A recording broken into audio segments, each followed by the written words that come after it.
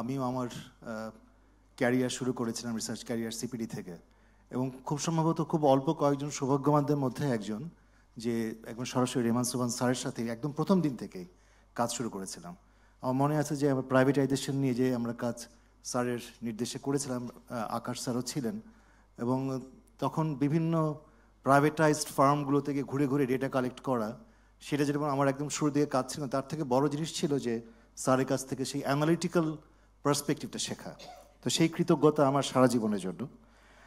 আমি যেটা মনে করি যে অনেকেই নানাভাবে বলছেন সিপিডি সম্পর্কে, কিন্তু আমি একটু থিঙ্ক ট্যাঙ্কের পার্সপেক্টিভ থেকে আসি, যেহেতু পরে সানেম নামে একটা থিঙ্ক ট্যাঙ্কের একটা গড়ে তুলেছিলাম, সেই জন্য আমি ওই জায়গাটা একটু বলবো যে সিপিডি শুরু থেকেই বেশিরভাগ সময় দেখা গেছে একটা অল্টারনেটিভ ভয়েস হিসেবে, একটা অল্টারনেটিভ ইন্টারপ্রিটেশন হিসেবে, বিশেষ করে অফিসিয়াল গভর্নমেন্টের ন্যারেটিভটা, ডেভেলপমেন্ট ন্যারেটিভ, উন্নয়নের যে বয়ান, তার বিপরীতে একটা অল্টারনেটিভ দাঁড় করিয়েছে।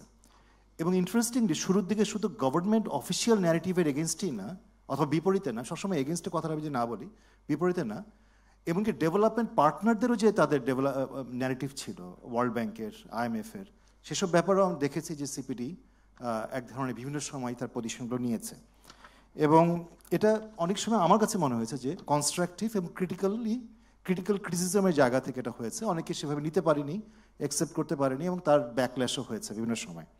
এবং যে কারণে দেখা গেছে যে বিভিন্ন ইস্যুতে হয়তো সিপিডি পজিশন নিয়েছে খুব একটা ফিয়ারলেস পজিশন, এবং সেই ফিয়ারলেস পজিশনের কষ্টও কিন্তু বিভিন্ন সময় বিয়ার করতে হয়েছে।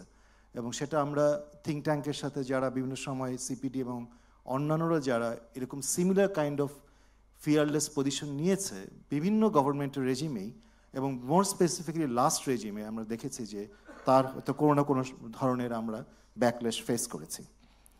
আমি একটু শেষ করবে কথা বলে যে 5ই আগস্টের ঘটনা আমাদের একটা খুব পরিবর্তিত পরিস্থিতি এবং নতুন একটা সিচুয়েশন আমাদের দাঁড় করিয়েছে, এবং সেখানে দেখা যাচ্ছে যে এমন একটা রেজিমের একটা পতন যেটা অবধারিত ছিল কোনো না কোনোভাবে, এবং করাপশন এবং মিস রুল সব কিছু মিলিয়ে, তার বিপরীতে যে ডেভেলপমেন্টের ক্রিটিক্যাল যে ন্যারেটিভটাকে চ্যালেঞ্জ করে যে বিভিন্ন সময় থিঙ্ক ট্যাঙ্করা সাহসীভাবে সিপিডি বিশেষ করে করেছে, এখন পরিবর্তিত পরিস্থিতিতে আমার কাছে মনে হয় চ্যালেঞ্জটা আর অনেক বেশি।